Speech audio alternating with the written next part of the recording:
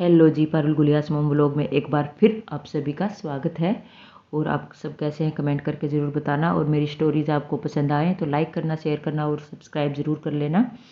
तो ये स्टोरी है दो हस्बैंड वाइफ की। और ये ऐसी स्टोरी है कि एक उनके पास एक बिटिया रानी होती है, यानी एक लड़की होती है। और वो उसी में अपने हाथ जोड़ लेते हैं भगवान जी के सामने और बोलते हैं हम एक लड़की ही रखेंगे और इसी का लालन पालन अच्छे से करेंगे, इसी को पढ़ाएंगे लिखाएंगे और बहुत बड़ी पोस्ट पे जॉब दिलाएंगे। ऐसा उनका विचार होता है। और देखो, ऐसा विचार किसी का ही होता है, नहीं तो एक लड़के की चाह सबकी होती है, लेकिन वो हस्बैंड वाइफ एक अनोखे थे। मेरे को अनोखे ही लगते हैं ऐसे लोग जो एक लड़की को इतना मान देते हैं और एक लड़की के ऊपर ही उन्होंने ये सोच लिया कि बस और हमें औलाद नहीं चाहिए, हमें लड़का नहीं चाहिए, हम सिर्फ लड़की पे ही अपना सब्र करेंगे, अपनी लड़की को पढ़ाएंगे लिखाएंगे। तो ऐसे ही सोचा और वो लड़की दिन प्रतिदिन बढ़ती गई, पढ़ती गई, लिखती गई, बड़ी होती गई। और लड़की भी काफ़ी अपने माँ बाप के ख्यालों में, विचारों में जो था उनके, उस पर खरी उतरती है। पढ़ लिख के खूब अच्छे से अच्छे मार्क्स लाती है, खूब बढ़िया से पढ़ लिख के बड़ा आदमी बन गई, यानी कि उसको मिल गई गवर्नमेंट जॉब। गवर्नमेंट जॉब में लड़की लग जाती है और उसके मम्मी पापा की जो टेंशन है वो ख़त्म हो जाती है। और बस ऐसे ही फिर एक दिन उसकी माँ बोलती है अपने हस्बैंड को कि बिटिया रानी बड़ी हो गई है, अब हमें उसकी शादी का सोचना चाहिए। तो पिताजी बोलते हैं हाँ, कह तो सही रही हो।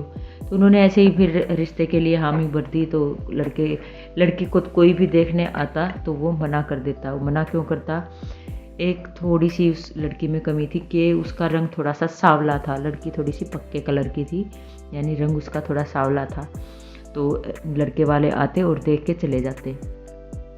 तो ऐसा 4-5 बार हो चुका था। ऐसा 4-5 बार होने के बाद मम्मी पापा को चिंता होनी एक स्वाभाविक बात है कि भाई रिश्ते वाले आते हैं और वापस चले जाते हैं।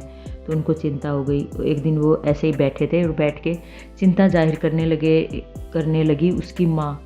लड़की की माँ चिंता जाहिर करने लगी अपने हस्बैंड के सामने। बोली कि क्या ही करें, कैसे शादी होएगी बेटी की, रिश्ते वाले तो आते हैं और चले जाते हैं, मेरे को तो बहुत चिंता हो रही है। और ये बात लड़की को सुन जाती है।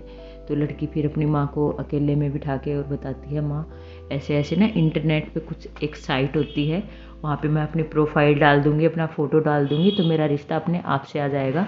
मेरी जो जो भी डिटेल है मैं सारी डाल दूँगी। तो माँ हाँ भर लेती है, लेकिन दिल में एक शंका रहती है कि ऐसे कैसे रिश्ता होएगा। हमारे में तो लड़की के लिए खुद लड़का ढूंढते हैं, चाचा ताऊ सगे संबंधी सब अपने आप ढूंढते हैं, लेकिन ये इंटरनेट से कैसा रिश्ता आएगा। माँ थोड़ी सी चिंता में खो जाती है और फिर चिंता में खो जाती है, लेकिन बेटी ने तो अपनी डिटेल डाल दी। और एक लड़के को प्रोफाइल देख के वो लड़की पसंद भी आ गई। और लड़की अपनी माँ को बताती है, अपने पापा को बताती है। वो राज़ी हो जाते हैं कि चलो देख लेते हैं। तो वो लड़के को देखने जाते हैं। लड़की के माँ और पापा लड़के को देखने जाते हैं। और लड़के को देखने जाते हैं तो लड़के का एड्रेस वगैरह सब मिल जाता है। और फिर लड़के के घर वो जाते हैं। तो जैसे ही जाके उन्होंने गेट खड़काया तो उसमें से निकल के आए लड़के के पापा। लड़के के पापा निकल के आए। तो लड़की की माँ और लड़के के पापा और लड़की के माँ पापा दोनों के आमना सामना हो गया। तो जो लड़की की माँ थी वो और जो लड़के का पापा था वो कॉलेज टाइम से एक दूसरे को जानते हैं। और वो उनको देखते ही एकदम से चौंक जाते हैं। वो एक दूसरे के बोलते हैं कि आप यहाँ कैसे, आप यहाँ कैसे। तो लड़के का पापा बोलता है कि मेरा तो ये घर है, आप कैसे। तो लड़की बोलती है हम ऐसे ऐसे, जो आपके लड़के ने जो लड़की पसंद कर रखी है मैं उसकी माँ हूँ। और फिर लड़के का जो पापा है वो चुप होके और उसकी तरफ देखता रहता है और वो चले जाता है अपनी पीछे वाली याद में। पीछे वाली याद में क्या होता है, जो लड़की की माँ जो होती है वो लड़के के पापा के साथ कॉलेज में पढ़ रही होती है।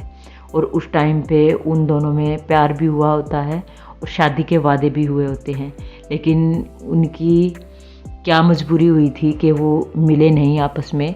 उनकी मजबूरी बहुत दुखदाई हुई थी। जो लड़के का जो पापा था, लड़के के पापा का जो भाई था, उसकी डेथ हो गई थी, किसी एक्सीडेंट में उसकी डेथ हो गई थी। और उसकी जो भाभी थी लड़के के पापा की, वो विधवा हो गई थी।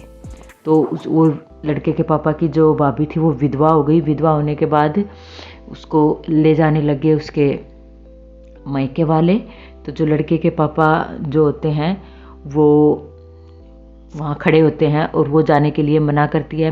वो बोलती है कि मैं यहीं पे रहूँगी। लेकिन जो लड़के का पापा होता है वो बोलता है कि जब मेरी भाभी यहाँ रहने को बोल रही है तो आप इसको क्यों लेके जा रहे हैं। तो जो उसकी जो भाभी होती है, उसका भाई बोलता है कि अगर आप मेरी बहन को अपना लें, इनको चुन्नी उड़ा दें, इनकी मांग भर दें, तो मैं इसको यहीं छोड़ के चला जाऊं। नहीं तो मेरा जीजा जो है, मेरे जीजू तो रहे नहीं, तो मेरी बहन अब यहाँ पे अकेली क्या करेगी। ये सोच के मैं इसको लेके जा रहा हूँ। यहाँ पे मेरी बहन दुखी रहेगी, अकेली रहेगी। अगर आपको मेरा प्रस्ताव मंजूर हो तो मैं अपनी बहन को यहाँ पे छोड़ के चला जाऊँगा। तो जो लड़के का पापा होता है वो बोलता है कि मेरे को 10 मिनट दें आप, मैं अभी 10 मिनट विचार करूँगा और फिर मैं आपको अपना डिसीजन बताऊँगा। ये कह के वो अंदर चला जाता है। अंदर जाने के बाद पीछे पीछे दादी जाती है। दादी बोलती है, बेटा अपने घर की जात बचा ले, अपने घर की इज्जत बचा ले और अपनी भाभी की मांग में सिंदूर भर दे और तू इसको अपना ले। ऐसा मत कर, अपनी भाभी को मत जाने दे। ये सब बातें सुन के वो अपनी भाभी की मांग भर देता है और उससे शादी कर लेता है। हालांकि उसकी भाभी उसको बोलती है कि नहीं, तू मेरे साथ शादी मत कर, तू पहले किसी से प्यार करता है, उससे वादे कर रखे, तूने मेरे को बता रखा है, तू उसी से शादी कर ले। अगर तूने ये मजबूरी में प्रेशर में आके मेरे से शादी कर भी ली, कोई बात नहीं, तू मेरे को तलाक दे सकता है और अपनी शादी कर सकता है। ये सब बातें वो सोचता है और फिर अपनी जो प्रेमिका है उसके पास फ़ोन करता है, उससे बातें करता है कि ये कंडीशन मेरी हो गई है, अब मैं क्या ही करूँ, मैं तो फंस गया हूँ। तो वो लड़की बोलती है कि मैंने तेरे से प्यार इसलिए किया था कि तू लड़कियों की इज्जत करता है और यहाँ पे भी तूने एक लड़की की इज्जत की है, तो मैं अब तो तेरे से और भी ज़्यादा प्यार करने लगी हूँ। तो मैं तो अभी कंवारी हूँ, मेरे से तो कोई भी शादी कर लेगा, लेकिन तेरी भाभी से कोई भी शादी नहीं करेगा, इसलिए तू अपनी भाभी से शादी कर और उसको अपना, और आज के बाद हम कभी भी बातचीत नहीं करेंगे। ना तू मेरे को जानता है, ना मैं तेरे को जानती हूँ। और ये बात सारी वहाँ पे ही गेट पे ही उसने सोच ली है। और फिर वो एकदम से उसको जैसे कि एक सपना आ रखा था और वो सपने से हट के आता है वहाँ पे, और फिर वो खुश हो जाता है कि देखो कहाँ से कहाँ मिल जाते हैं लोग। तो ये मिलन उनका हुआ दोबारा से और उनका रिश्ता तय हो जाता है, लड़की का रिश्ता तय हो जाता है।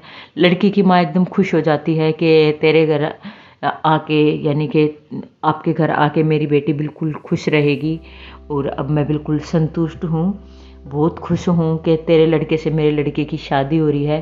तो ये चीज़ करके उन्होंने रिश्ता पक्का कर लिया होता है और वो दोनों एकांत में चले जाते हैं किसी बहाने से कि ये रिश्ता अगर हो गया तो हम क्या ही करेंगे।